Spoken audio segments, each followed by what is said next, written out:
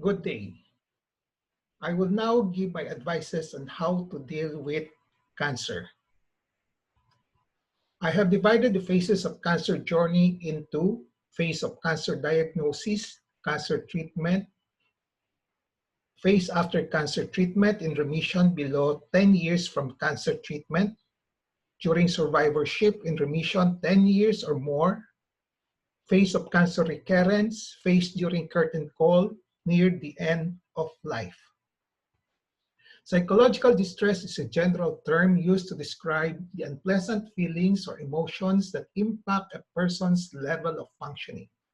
In other words, it is a psychological discomfort that interferes with a person's activities of daily living. In all phases of the cancer journey, there will be psychological distresses. Each cancer patient, has his or her own unique set of psychological distresses. No two people experience one event the exact same way. I have simplified the types of psychological distresses into 4 categories: fear, sadness, personal apprehensions, and psychosocial apprehensions, meaning influenced by social factors like family, place of work, and community. How to cope with the psychological distresses in cancer journey? I consider 2 phases: phase of preparedness for cancer development and phase of cancer journey, that is when the cancer has appeared. All persons should be prepared for possible development of cancer in their whole lifetime, just like they should be prepared for possible development of any disease, as well as the day of their death. Remember, cancer can affect anybody. Nobody is totally immune. Cancer can strike anytime. Nobody knows when it will come. And there is no absolute way of prevention.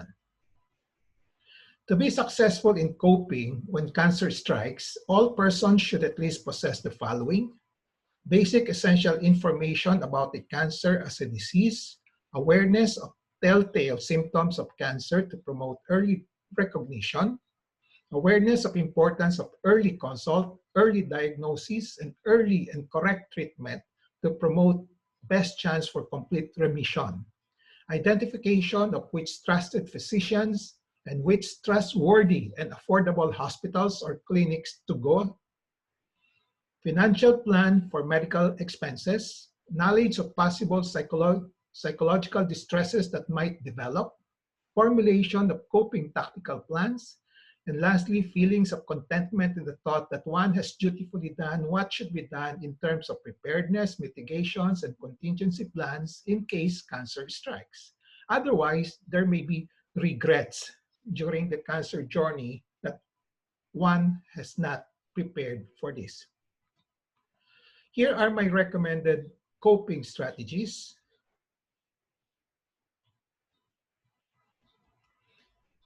After the establishment of the definitive diagnosis of cancer by a trusted physician, acknowledge it as soon as possible.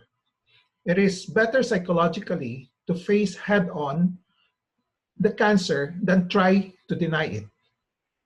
After acceptance, concentrate on planning and deciding with a trusted and compassionate physician the realistic goals of treatment, whether to aim for complete remission or just palliation, most cost-effective, inclusive of affordability, medical management based on the goals, coping tactics that will be harnessed for the psychological distresses. Even before cancer strikes, identify already a trusted physician to seek right away for consult and medical management. Identify a competent and compassionate cancer specialist. Competent not only in expertise in the medical management of the cancer, but one who also provides psychosocial and psychological therapy and support simultaneously with the medical management. Compassionate not only in expressing sympathy, but one who also exerts tangible efforts in providing psychosocial therapy and support, inclusive of easing the financial burdens of the cancer patients and relatives. In the Philippines, oftentimes, spiritual is used to refer to something religious, to a religion, or to the presence of a god or a creator or a higher force. Whatever spirituality a cancer patient has, he or she can seek and rely on it to use it as a coping tactic for the psychological distresses. A caveat is to still factor in the usefulness and limitations of medical science when spirituality is used as a coping tactic. The advice is not to do it alone. Seek the support from loved ones and significant others to cope with the fear, sadness, and personal apprehensions, and particularly the psychosocial apprehensions. They can provide great assistance in coping with the psychological distresses in case the oncologist is not providing and cannot provide adequate psychosocial support. A caveat is for the loved ones and significant others to fully support whatever sensible decision is made by the cancer patients on the management of their cancers.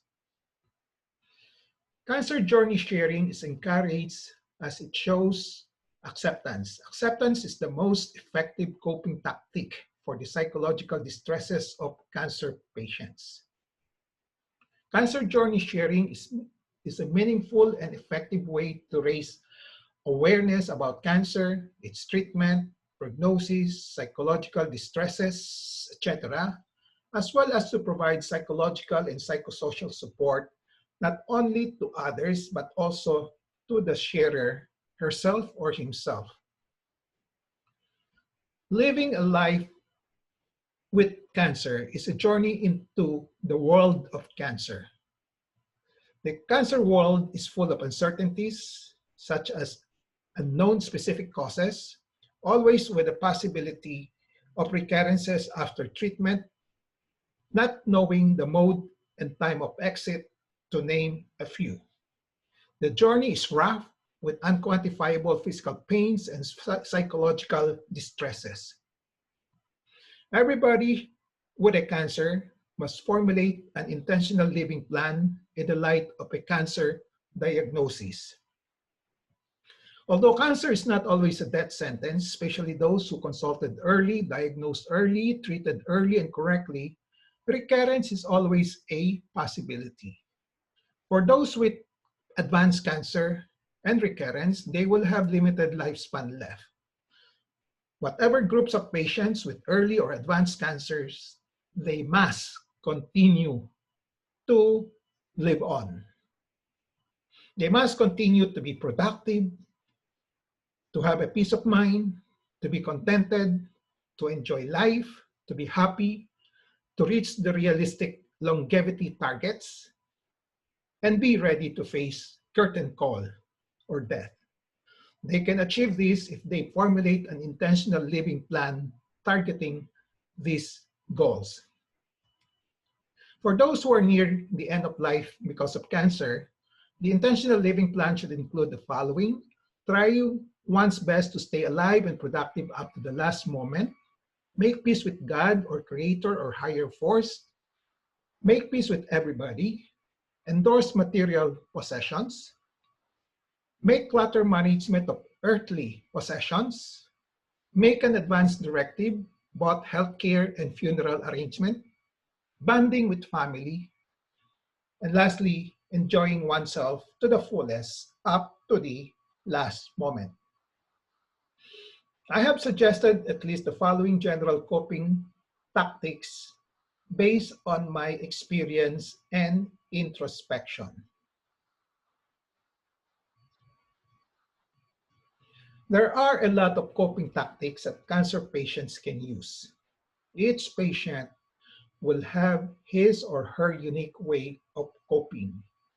There are no wrong ways as long as the coping tactics utilized succeeded in resolving or controlling the psychological distresses.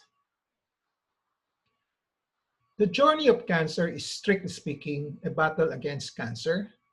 At this point, I'd like to invite you to sing with me the song My Way by Frank Sinatra.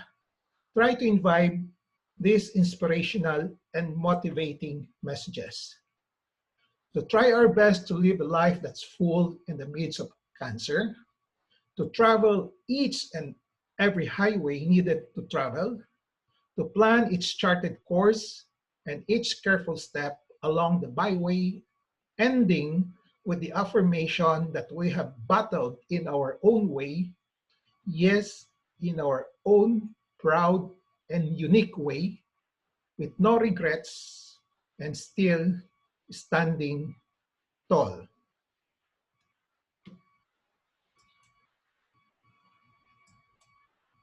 And now the end is near, and so I face the final curtain. My friend, I'll say it clear, I'll state my case, of which I'm certain. I'll live a life that's full. I traveled each and every highway and more than this. I did it my way.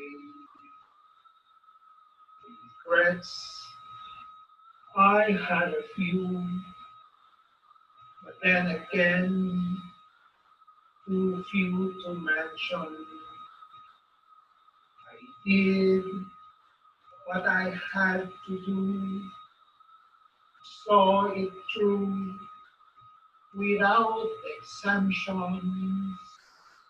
I won each charted course, each careful step along the byway, and more, much more than this. I did it my way.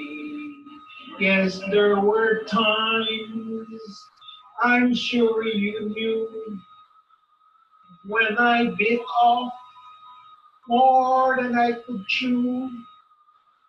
But through it all, when there was doubt, I ate it up and spit it out. I faced it all and I stood tall and did it my way. I loved, I laughed and cried. I had my fill, my share of losing. And now tears subside.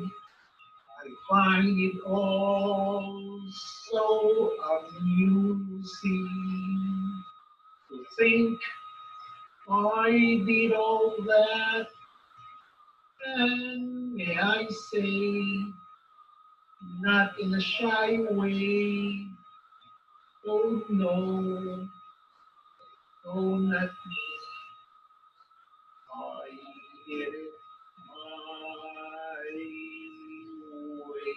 Oh, what is a man? What has he got? If not himself, then he has not to say the things he truly feels, and not the words of one who kneels. The record shows I took the blows and did it my way.